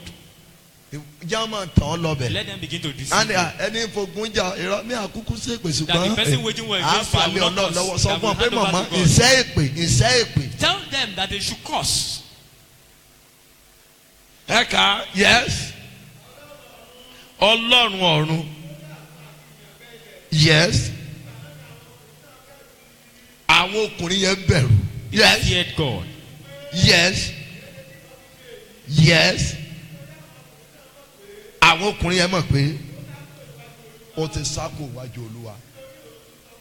Ṣé ẹ rí báyìí pé àwọn yẹn ti wà nínú ẹ̀mí? Because those people, they are now in the spirit. Wọ́n àdúrà náà ní kọ́kọ́ gbà. They said they should first of all pray. Wọ́n ní kó olúkálukú wọn ké pe Olúwa. They said each one of them Nísìnyí to call wọ́n on ní wọ́n ti God. wá rí i pé ní tòótọ́ ọkùnrin yóò sáko wájú They now Olúwa. discovered that this Wọ́n- man ran away from the presence Ó of túmọ̀ sí God. pé àwọn yẹn gan níbẹ̀rù Olúwa ju Jónà lọ. They now, it means that these people fear God more than Jonah. Torí àdúrà ni wọ́n kọ́kọ́ gbà. N tí Because mo they sọ first of fún all ilé ẹ̀kan prayed. ni ẹ pé èèyàn lè máa gbàdúrà kó ṣe àṣìwọ̀ ọkàn. That somebody might be praying and enter into a Ó wrong ní vehicle. ọ̀pọ̀lọpọ̀ ẹ̀yin obìnrin tẹ́ bá ti fẹ́ má rì. That Ó is bá why many ẹlòmíì women- àrí ẹni tó ń mu gbó They tó will ń mu see- sìgá they will see- tí ò mọ Ọlọ́run. They- Ó sọ pé tí òun bá tó stage kan òun á fàdúrà yí padà. That is why our women, when they see a man that is smoking and in India, they will now talk to God that they want múra to sí. make him change. Múra sí. Continue.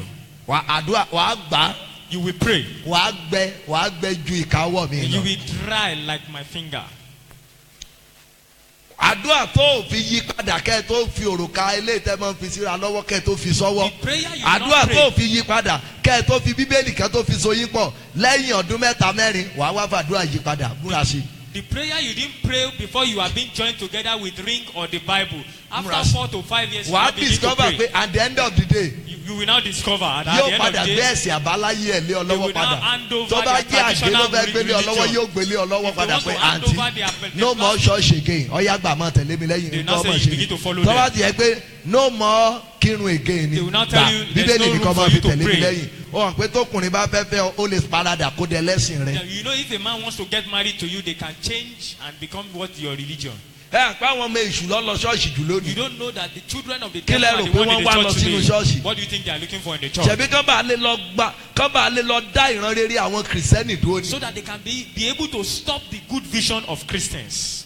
Mo rí bóda yẹn, mo rí ọ̀nkù yẹn, I saw that very man. humble, very I saw that man. He's a very very yọ̀ǹda humble yẹ man. to Christ. He's Tẹ́ a bá rí, he's a ó dedicated bẹ̀rù man. Ọlọ́run o, he He fears fears God. God. Wàá ti ta ara rẹ láti bẹ̀rẹ̀ dópin. You would have deceived Àǹtí yín yourself kan from náà sọ beginning to fún the àǹtí end. ní ọ̀sẹ̀ tó kọjá. One Ó of ní, our auntie told ẹ jọ̀ọ́ one sà, auntie- ẹ wá rescue wa. He said, Àwọn "Please bọ̀dá rescue us." pásọ̀ tó máa ń tẹ̀yàn láti bí lọ Èkó lọ Àbújá yẹn wọ́n ti wà lórí òkè. Mo ní àǹtí tìrẹ bá ọ. He said you are on your own. Jẹ́ kán tàn ọ́. Let them Ọ ní deceive you. problem wọn á kàn wálé fún ọ lọ́dọ̀ ọbẹ̀ yẹn náà ni you pẹ̀lẹ́ don't have a oṣù problem. wálé They wọn á will máa look for a ju house búrẹ́dì for sí ọ lẹ́nu ọ̀nà bẹ́ẹ̀ bá ti Giving ju sí ọ wọn á bread tún padà at the lẹ́yìn rẹ̀. entrance and they go back from you. ajẹ́pọ̀ tó wọ nǹkan mi That one means you have chance. entered another one chance. káàdì ẹ̀sìn broda Read yes. it a bit. wọ́n wí fún pé kí la ṣe sí ọ. kí òkun ẹ máa fún ara ẹ̀ náà ló fún ẹ ní solution. He's the one that gave them the solution by himself. 41 èèyàn kan ń gbọ́ mi ní alẹ́ yìí. 41 people hearing me o tonight. máa rí solution. You will see solution in the name of Amen. mo ní o máa rí You solution. will see solution. Amen. mo ní o máa rí solution. You will see solution. mo ní o máa rí solution. You will see solution. mo ní o máa rí solution. Amen. wọ́n ní kí ni a lè ṣe So what can we do tí òkun fi lè dúró. that this sea storm will yes.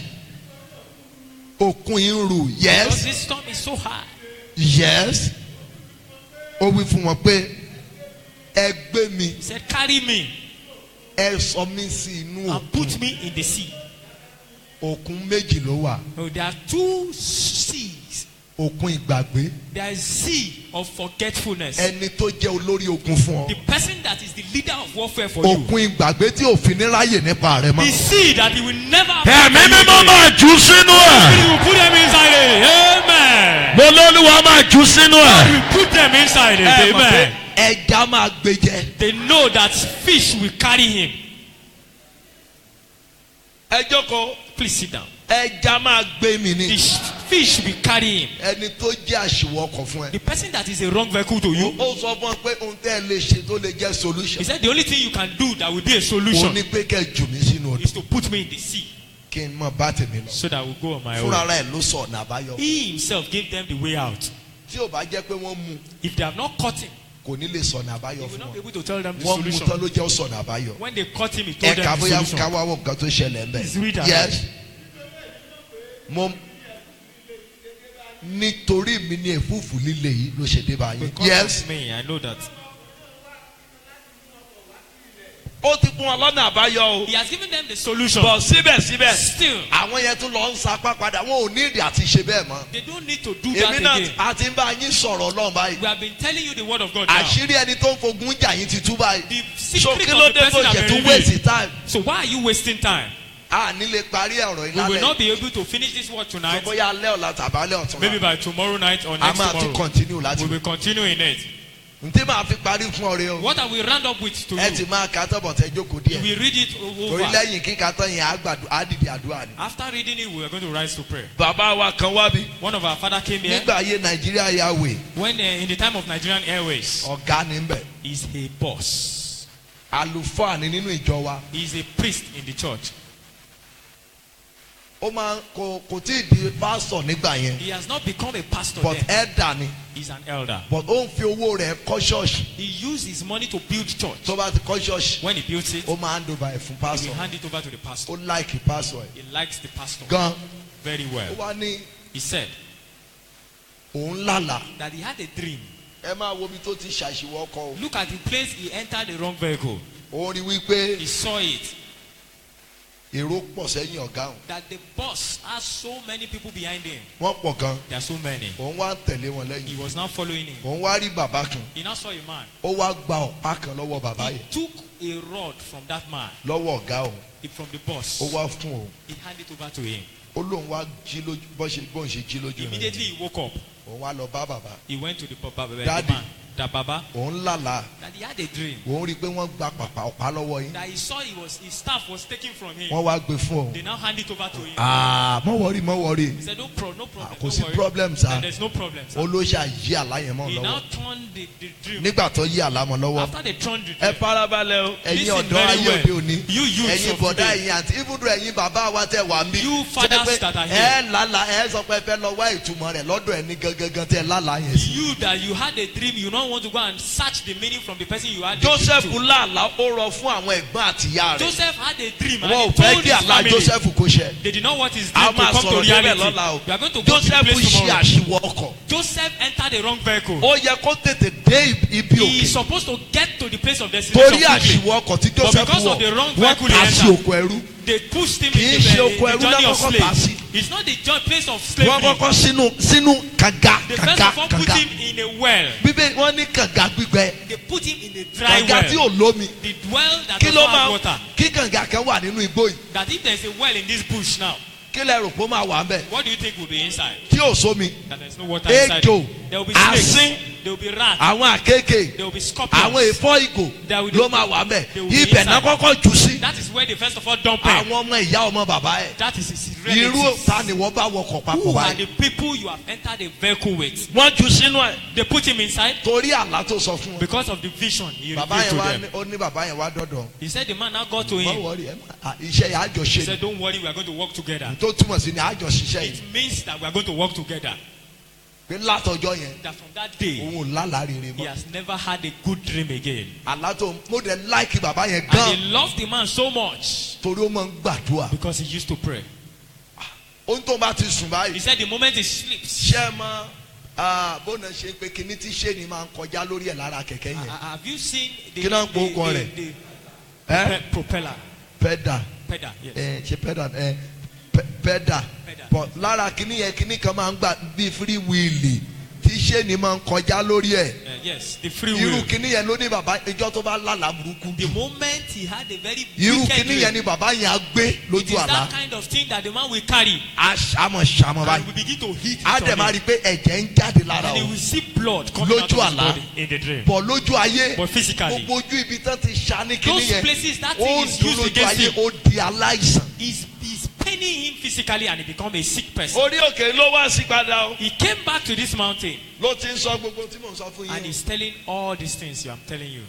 ó wá sọ oríṣiríṣi nǹkan bíi He mẹ́ta tó now ṣẹlẹ̀ sí. said diverse about 3 things he wọ́n á said. ní dáàdì He now said, ẹ Daddy, lọ sílé babalọ́lá. go to the house of apostle. ayé àtijọ́ mo máa ń pe àwọn àdúrà bíi àdúrà dìbò. In those days, I used to call some prayer points. bàbá ẹ gbàdúrà. He said, Baba, pray. ọkùnrin inú mi The man in me, olúwa sọ di òsín. make him to be mad. ọkùnrin inú mi The man in me. ó ní ẹ̀sà kí ni àdúrà yẹn He túmọ̀ said, sí. what kind of prayer is this? mo ní nígbà wà Babájídé He said, in the time of Baba Babajide, ilé oúnjẹ kan wà lẹ́gbẹ̀ẹ́ sùkúrù wa ń gbà. Like there is a canteen beside their school. Wèrè kan There is a madman. ó ṣiṣẹ́ agbára kan. He did the work kì í of wá power. nígbà tán báyìí tí ì so oúnjẹ. He will not come the time they have not cooked. Ìgbà tán bá ti so oúnjẹ The tán moment the food is ready tẹ́ran ti wà and there is meat tí ọbẹ̀ ti wà and the soup is tí ready iyán ti rẹ́dì and the pounded yam is tí ready àmàlà ti ṣe and tán. the amala is ready. a kàn mọ́ bọ ojú alẹ́ He will now wà begin to come pẹ̀lú àdá apaná. with his cutlass. a kàn gbé wálẹ̀ báyìí. He will not ó sprinkle it on ti the yá. ground. Everybody will run away. bọ̀dá oníbọ̀dá amúnyá mẹ́ran The man will amẹ́jà kì carry í sólè o. it. He's not a wèrè thief, gidi ni but he's a madman. wèrè He's a gidi tough madman. amú bá He ti mú will gbogbo carry, ẹ̀. he will carry the food. adẹ̀mọ́ bá tiẹ̀ lọ And he will go his ta own ló way. jẹ́ dúró lójú àdá apaná. Who can wait in the presence of that cutlass? ẹ̀mí inú ẹ̀ gbúdọ̀ dín ganan. The strong man in you must be tó bá extremely jẹ́ntù lójú crazy. tí ẹ̀mí inú ẹ̀ tún jẹ́ntù. If you are gentle physically and your Wọ́n á spirit pa ọ́. man is gentle, they will kill you. o jẹ́ntù lójú ẹ̀mí inú ẹ̀ tún jẹ́ntù. You are gentle physically, your spirit Rárá o. man is gentle. kò yẹ kí kìrìsìtẹ́nì jẹ́ntù lójú kí ẹ̀mí inú ẹ̀ tún jẹ́ntù ẹ̀mí mímọ́ ò jẹ́ntù. A Christian must not be gentle physically and the spirit man is also gentle. The Holy Spirit is not gentle. ẹ̀mí inú ẹ̀ á máa sùn. The spirit in you will Rárá o. be sleeping. No. mo ní bàbá mo afọládùá He méje. gave him 7 prayer points. olúwa gbé idà fún mi. Lord, give me the mo sword. fẹ́ bẹ́rí alágbára tí ò jẹ́ nráyé I gbé. want to cut the head of the man that did not allow me to live this life. ó gbàdúrà yẹn o. He prayed the prayer. bọ̀ torí ó jẹ́ntù. Because he's a gentleman, ó ní lọ́jọ́ he yẹn. said that day, nílé babalọ́lá yẹn ni àti ìrèsì ẹ̀ in ń the gbà Babalola's house, yẹn. it ilé has not been babalọ́lá raised. ti tóbi bẹ́ẹ̀ yẹn. He's now big now. gbà yẹn ó yìí wà ńlẹ̀ kékeré He's ni. still very ká small tó fi like a block lot. raise ẹ̀ They sókè. now use block to raise it. bó ṣe lálàá The moment he had the dream pé òun rí i pé bàbá yẹn bọ̀. He said the man is coming. kíní brief case. that he's carrying a ó ló briefcase, wá rí i pé brief case òun ni tó He máa saw it that the ó máa briefcase fi travel owó máa ń wá àánú ẹ̀ ń is gbogbo his ìgbà. own and he uses it to ó travel. lóun rí Money pé used to ó be wọ inside. aṣọ òun mẹ́ta That he's aṣọ wearing gidi. his own clothes, ó about wá 3. fìlà kan wà tó máa láìkì láyé ọjọ́ yẹn kó That wá there's fi a sí. cap he likes in those days. He ó ní bó wears ṣe ń it bọ̀ gẹ́gẹ́ bí ìṣe rẹ̀. as he's coming, as his ó ti duty. gbé kinní tó máa fi ń ṣàwọn yẹn dání. He came with that thing he uses against him. ó lóun kàn rí ọwọ́ kan ni. That they saw a hand. ó na ìdí ìdá sóhun. That he gave him the rod of sword. ó lóun gba ìdá yẹn. That he took the sword. mo ní kí lẹ ti He ṣe. said, what did you use it for? ó lóun kólẹ̀ síwájú That bàbá he mi. knelt Mo down ní- in the presence mo ní of- dáàdi mo ní wọn ti gẹ́ẹ̀tì He yín. said, Baba, you are already mo ní captured. ẹ lọ lókè yìí o. And you are not leaving this ẹ mountain. lọ tú àdúrà yẹn You will go gbà. and repeat the prayer. olúwa dá mi padà sójú àlá ìgbà Lord, take àtijọ́. me back to that vision. mo fẹ́ ìdá ìgbèníjà. I want to take the sword of ó yẹ vengeance. kẹ́ bírèkì lónìí ni ṣùgbọ́n ẹ̀ ní You bírèkì. are supposed to break today, but you will not break. ó di ọjọ́ tó gun yẹn bá ṣe kẹ́ tó Until bírèkì. the day the warfare is solved before you descend. kò lálàá lọ́jọ́ kejì He ẹ̀ did là not dream kankan. the second day. kò tẹ̀ lé sùn torí ebi ti ń pa ẹ̀ Cannot nǹkan tẹ́bí bá ń even pa sleep. yẹn. Sleep did not come because he's hungry.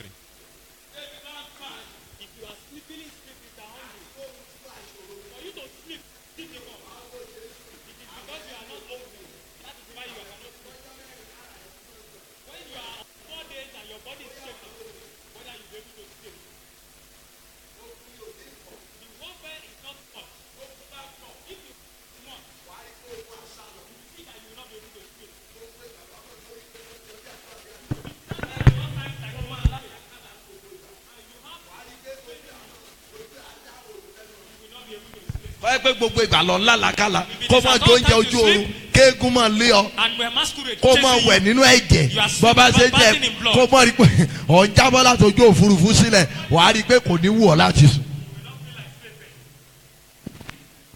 bó o gbàdúrà yẹn. He should pray the prayer. bàbá tún bọ̀ gẹ́gẹ́ bí ìṣe The rẹ̀ man padà is as usual. ó ní idà yìí jáde He said the sword came out. òun ò mọ̀ bóun ṣe òun ò tẹ̀ tí jẹun jáde He tán didn't allow the sword to ó come nà out. sókè And báyìí. he snatched it up. ó ṣó ẹ̀yìn ẹ̀ ló lóun kọ́kọ́ fi bẹ̀rẹ̀ iṣẹ́ He said òun he ò ṣáde started with the back. òun kọ́kọ́ fi bíbí òun fàì He first of all used Ó- the bag to. báàgì ọwọ́ ẹ̀ ló kọ́kọ́ jábọ́ The bag fell from him. òun wá kó àdá ibo He now began to cut ìdà him with the òun sword. ṣàdébi tó ní àpẹẹrẹ He cut him to the ó extent ní that his, gbogbo ohun tó kó dání everything is àtìlẹ́ carrying. tó máa ń fi ṣá òun And the one he used to cut ó him, drop gbogbo ẹ̀ he sílẹ̀ dropped everything. láàrin 21 days Within 21 days, bàbá yẹn náà ń gbé kiri the man we've been carrying about. àìsàn ara bàbá The tìbí sickness on the ó other padà man sórí ẹni tó bá wọkọ̀ went papọ̀. to the man he journeyed with together. ìgbà yẹn wọ́n sanwó iṣẹ́ wọn. They have not been paying for his salary. owó ọdún mẹ́ta náà dá san fún òun nìkan. They paid him for 3 years lónìí salary. Today, ṣọ́ọ̀ṣì bàbá tá à ń sọ yìí the man's church ó today, ti wá di àgbà àlùfáà. he has become a ó ti ní great ó ti ní prophet. ṣọ́ọ̀ṣì tó ti tó 8 churches. He now has about 8 níyẹn ni churches. tí olúwa gbè níjà. That is the man that God tẹ́lẹ̀ ó máa ń fight for. ran àwọn ẹni ìpè lọ́wọ́ ni Before he used ṣùgbọ́n to ó assist bọ́ sí people. inú ogun He entered into nítorí warfare. wípé ó ṣí ọkọ̀ wọ̀ Because papọ̀. he entered the wrong àwọn wo vehicle. ló ràn lọ́wọ́ tó How fi many ṣí ọkọ̀ people papọ̀. have you mo sọ assisted? tẹ́lẹ̀ bí I wòlíì prophesy into your lára life. àwọn tó ti ṣí ọkọ̀ wọ̀ Those you have ẹ̀mí found mímọ́ you máa pín yín níyàbẹ́. separate you. Amen. ṣé o mọ̀ pé ó yẹ kó o múra lálẹ́ ìdí You know ẹ̀. that you are supposed to be prepared tonight. ẹ ṣèdájọ́ Jónà bọ̀dá ká tó máa lọ. Please judge Jonah before we move. George ẹ́ yes yes yes àwa bẹ̀ ọ́ olúwa àwa bẹ̀ ọ́ ṣé ẹ rí i pé wọ́n tún tọrọ ìdáríjì And they are still asking for wọ́n ń forgiveness gbàdúrà of òní God. wẹ́rẹ́wẹ́rẹ́ padà ńgbà tán ti ró lórí ogun ayé When wọn they see the wọ́n problem, tún the ń problem of wéèsì their àkókò life, ara wọn and they are still wasting ṣé their wọn time. náà tún fẹ́ wéèsì àkókò ara ẹ̀ You lálẹ́ want to yìí waste your time tonight? màá mọ̀ tá a bá dénú àdúrà. I will know when we get to pray. Yes. Yes. Yes. Wọ́n gbé Jónà. They carried Jonah. Yes. Wọ́n sọ sínú òkun. Òkun ẹ dìde dúró. Let's rise up. Ọ̀ǹtì tí Jónà wọnú òkun Until Jonah entered the sea, ní òkun tó dáwọ́ ríru that was dúró. when the storm stopped. Tí ẹni tó bá wọkọ̀ ayé papọ̀ The person you journeyed in vehicle, you lọ́pọ̀ journeyed ìgbà with, tí ò bá kú the moment they did not die, àti ṣe rere ẹ lè difficult. to succeed might be difficult. Ọ̀pọ̀ ẹni tó bá wọkọ̀ So papọ̀ many people you tí enter a the bá vehicle dá with, dúró if they don't stop them, àti rìn jìnnà rẹ ó lè léwu to díẹ̀. move far for you might be ohun tó mú dangerous. kí àwọn èèyàn wọ̀nyí rí solution What made these people to receive wọ́n solution? ké pe ọlọ́run They called on God. alẹ́ iná ọlọ́run lẹ fẹ́ ké pe Tonight we want to call àwọn on wo ló God. lè ké pe ọlọ́run yẹn Who are those that can call on God? àwọn tó gbàgbọ́ nínú rẹ̀ Those ni. that believe in ẹ Him. nawọ́ yín méjèèjì Let's sókè raise our two ẹ hands. pe Jésù You will call Jesus. olúwa ràn mí lọ́wọ́ lóru Lord, yìí help me tonight. mo fẹ́ ìrànlọ́wọ́ rẹ I want your help. ó lè ran ara ẹ̀ You lọ́wọ́ o. cannot help yourself. adé ojú iṣẹ́ báyìí o. Got into the place of God. olúwa ràn mí lọ́wọ́ lóru Lord, yìí. help me tonight. olúwa ràn mí lọ́wọ́. Help me tonight. olúwa ràn mí lọ́wọ́. Help me tonight. ó yá àdúrà náà.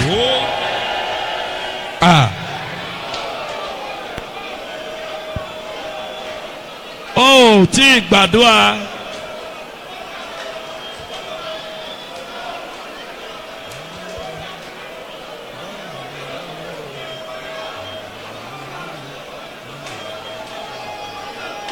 ọlọ́run wa gbọ́ àdúrà lórúkọ jésù kristi olúwa wa. Amen.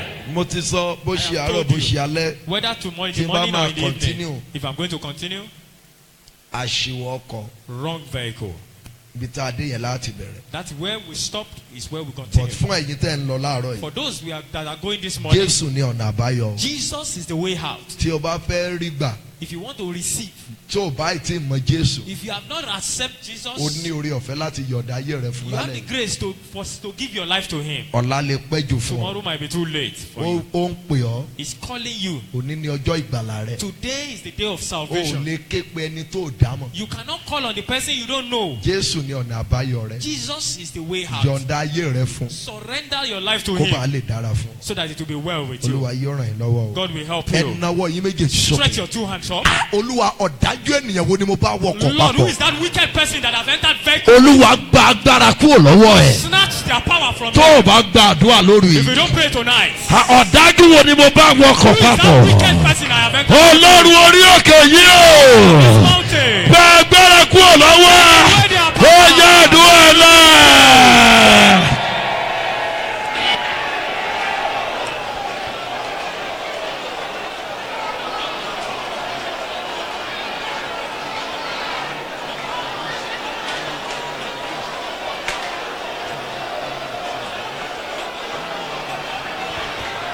gbọ́ àdúrà lórúkọ jésù kristi olúwa wa. Amen. ẹ̀yin ọ̀dọ́ ẹ mọ̀ gbàdúrà You youths pray. ẹ̀yin ọ̀dọ́ obìnrin ẹ gbàdúrà You female youths pray. kì í ṣeré o It má is jẹ́ not a kó dìgbà tí ó pẹ́ jù kólúwa tó gbé ọ níjà. Don't wait until it is too late before God will fight for you. màmá Mommy, ada fún yín mọ́ mi it is well with ẹ you, ti ma. tọ́ ọmọ ọdún mélòó ma ẹ dìde ma 59 ẹ má bọ̀ mọ́ mi ó tiẹ̀ dá ẹ má bọ̀ ẹ wá gorí pẹpẹ ẹ jẹ́ ń ṣàpẹrẹ nǹkan kan fún yín yé mi ara ẹ má kí yá mi báyìí kán wá Our mú mommy now. kán mú jíǹsì She's now wearing a jean. kán mú jíǹsì kán mú kò lápá She's now wearing a short kán sleeve. gbé kò sárúgbó ń gánà ẹ ti mọ̀ She's now wearing a irun wig. jáwájáwá yìí kán fi sí She's now kán wá fi ìgò sí She's kó now fi wearing make up glasses. sí kọ́mọ̀tẹ̀tì kọ́kọ́ fi make up sí jẹ́ pé Without makeup. bó ṣe rí ibà ṣe pé fine girl ní báyìí kó sọ pé God of Apostle Ayọ̀ Babalọ́lá Kó wá I sọ pé Ọlọ́run need Apostle Ayọ̀ Babalọ́lá. a good husband Mo fẹ́ ọkọ tó dára. a young man Mo fẹ́ ọkọ tó tí jẹ́ ò ọ̀dọ́. tí ò tí níyàwó rí That has never Olúwa married jọ before. òun ni mo Lord give me. ṣáàdúrà yẹn lè gbà Will that kind of prayer be màmá answered? ṣó lè gbà Will that kind of prayer be answered? màmá kílẹ̀ ló ti ṣe It is too late. màmá ní ó ti pẹ́ Mommy says at it's the too age late. of 59 At 59. but bàbá at the age of 60 But Baba at ṣé 60. ẹ mọ̀ kó ilé fẹ́ ọmọ 20 years Do you know he can still get married to Ó a dẹ̀ máa bí 20-year-old ọmọ. and they will give birth? kò dẹ̀ pẹ́ nkankan yóò bímọ yóò tẹ̀ fẹ́ lu àǹtí yẹn gan gbó He will even overuse the woman. kí ni ìyàtọ̀ tó wá wà láàrin àwọn So méjèèjì what is the difference ó between the two of yé them? màmá yẹn Our jẹ́ kí mommy ọ̀rọ̀ mi náà ó yé ọ Understand tó o what bá I'm pẹ́ trying jù to kó tell o tó kó nínú àṣìwọ́ ọkọ̀ If you ó take- máa léètì fún ẹ you take too long ẹ̀náwó to yín get méjèèjì sókè Raise your two hands ẹ up. pariwo Oh, shout. ọ̀dájú wo Who is that wicked person? ni mo bá wọkọ̀ ayé papọ̀ Who of this language? ọlọ́run orí òkè yìí o Who's mountain? gba agbára kúrò lọ́wọ́ ẹ̀. Get power from them. Oya àdúrà náà. Oya yẹ́yẹ́yẹ́yẹ́yẹ́yẹ́yẹ́. Oya Ọlọ́run Ayọ̀ Babalọ́lá. Bá mi gba agbára kúrò lọ́wọ́ ẹ̀. Olúwa gba agbára kúrò lọ́wọ́ ẹ̀. Gbọ́ àdúrà lórúkọ ńlá àti Jésù Kristi. Olúwa wá. Amen. Bá ṣe sọ pé ó ti pẹ́ yẹn. As they said, it is too late. Ó máa ń pẹ́ jù fún graduate o at It- the age of 24. It used to You be are too a late for a graduate. graduate at Tó bá 24. lọ pé 50 years tí certificate yẹn tó ti fi ṣiṣẹ́. And you are already 50 and you have never worked with Ó your ti certificate. late. It is too late. Kí ni mo ló ti ṣe? It is too Ó late. ti late. It is too late. Wòlíì A prophet. ìkan lára àwọn bàbá wa lọ gbé mọ́tò fún jíìpù ńlá. One of our fathers took a jeep to him. Wọ́n wá gbé dọ́dọ̀ ẹ̀ wọ́n ní ẹ gbọ́ sà. They said, please Èmi ni listen. màá máa ra epo. I will be the one fueling the car. Èmi ni màá máa ra táyà. I will be the one Bàbá buying the yẹn ní wheels. wòlíì mọ́ tàn mí. He said, prophet, don't deceive me. Ìgbà ti lọ. Time has gone. Olúwa ti pè mí láti ìgbà mo wà ní 25 years. God has called me Mo since ti the lé time ní I'm 80. 25. I am more than 80. Ojú àlá ni mo ti ń gun mọ́tò I tuntun have mi ò been kú using lójú ayé. this brand new car in the dream. Ọdún ẹnìkan ra pijó nígbà mo wà lọ́dọ̀. Somebody bought a Ó picture ti car ń when lo he was a pijó youth. yẹn And kiri. he's still using the Pé pictures ọ̀sẹ̀ now. wá gbélé tó ju pijó lọ And you fún are mi. now bringing a Ọdún more mélòó than that. How ni many mo fẹ́ years? padà lòkun Without eléyìí. use. Ìgbà tí mo lè lo ọkọ̀ mi ò rí orí When I ọ̀fẹ́. can use it, I did not get Ire it. mi wá dé lọ́jọ́ Now alẹ́ my fún àwọn goodness now ẹlòmíì. comes at the Kí ire night. rẹ̀ náà má bàa dé lójú alẹ́ that your fẹ́lòmíì. goodness will Ẹ not nawọ́ come yín at the méjèèjì sókè. Raise your two hands up. Níbo ni mo ti ṣe àṣìwọ̀ ọkọ̀? Whenever I have entered the wrong Ta ni mo vehicle, bá wọkọ̀ ayé you papọ̀? have entered the wrong vehicle. Ọlọ́run orí òkè yìí o. This mountain. Gba ayé mi o. Snatch my Ó yá àdúrà náà.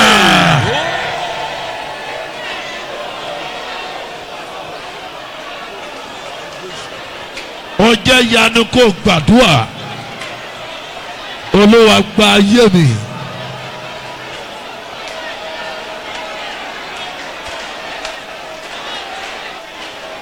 Olúwa gba ayé mi. Olúwa gba ayé mi. Olúwa gbọ́ àdúrà lórúkọ Jésù Kristi. Olúwa wá. Amen. Ẹ nawọ́ yẹn méjèèjì sókè. Raise the two hands. Olúwa Lord, bínú lọ́nà tó máa ṣòro gbàgbọ́. go in your anger that it's difficult for people to Láti believe. gbà mí lọ́wọ́ àṣìwọ̀ ọkọ̀ tí mo wà. To deliver me from the Ẹ wrong jẹ́ nawọ́ vehicle. yẹn méjèèjì sókè. Let's raise that two hands. Olúwa bínú lọ́nà tó máa ṣòro Lord, gbàgbọ́. go in your anger that is difficult Láti gbà mí to deliver me. kúrò nínú àṣìwọ̀ ọkọ̀ tí mo wọ̀. Ó yá àdúrà náà. Ọ̀yáyáyáyáyá.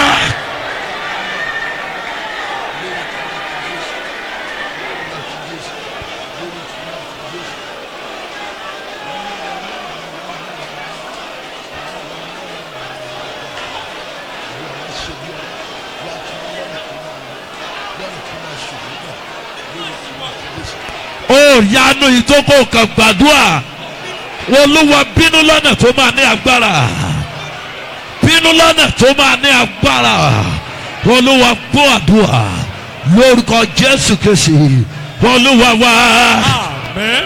ẹ tí gbàdúrà yẹn You have tó. not prayed the prayer very well. olúwa ta ni mo bá wọkọ̀ ayé papọ̀ tó ń Lord, fi who nǹkan have I entered a wrong vehicle with in this tó ń life fi nǹkan tó yẹ kí n fi jẹ́ èèyàn dààmú mi. that is troubling me with what I am supposed to use to olúwa become gba human being? àlàáfíà kúrò lára Lord, ẹ̀ take away their ẹ peace. nawọ́ yín méjèèjì sókè. Raise your two hands. ta ni mo bá wọkọ̀ ayé Who have papọ̀ I entered the tó journey ń of fi life nǹkan with tí ó yẹ kí n fi jẹ́ èèyàn dààmú that mi. is troubling me with it? olúwa gba àlàáfíà Take away their peace. kúrò lára rẹ̀ Their ó body. jẹ́ àdúrà náà.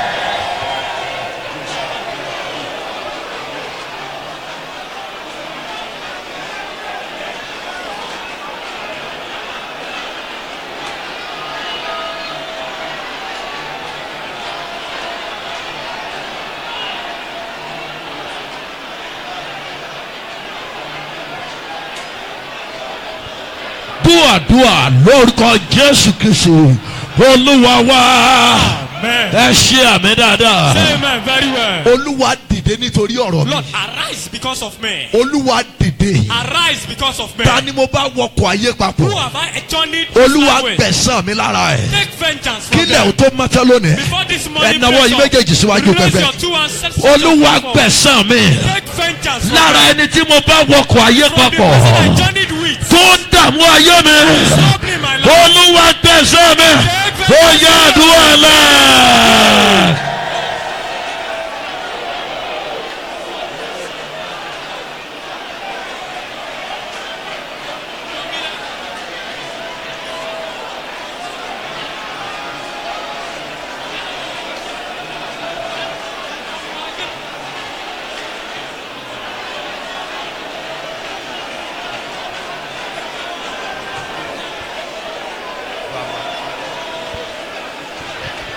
dúàdúà Jésù olúwa wá Amen. Jésù olúwa wá.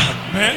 ẹ nawọ́ yẹn méjèèjì sókè. Raise that two hands up. olúwa Lord, aṣíwọ́ ọkọ̀ wo ni mo wọ̀. what type of wrong vehicle have ta I ni entered? dírẹ́fà tó ń tu ọkọ̀ Who aṣíwọ́ is the ọkọ̀ ayé mi. driver that is on the wheel? olúwa yọ kúrò nínú ọkọ̀ ayé mi. Lord, remove the vehicle, remove them from the vehicle of dírẹ́fà my life. ọ̀dájú wo ló ń wa ọkọ̀ Who ayé is mi. that wicked driver of tó my ń life darí mi sígbó. that is moving me to the bush? tó ń darí mi sínú ogun. That is moving me ọlọ́run orí òkè yìí o out of this mountain. ẹ yọ kúrò ní ọkọ̀ ayé mi. Remove them from the ó journey yẹ of my life. àdúrà náà.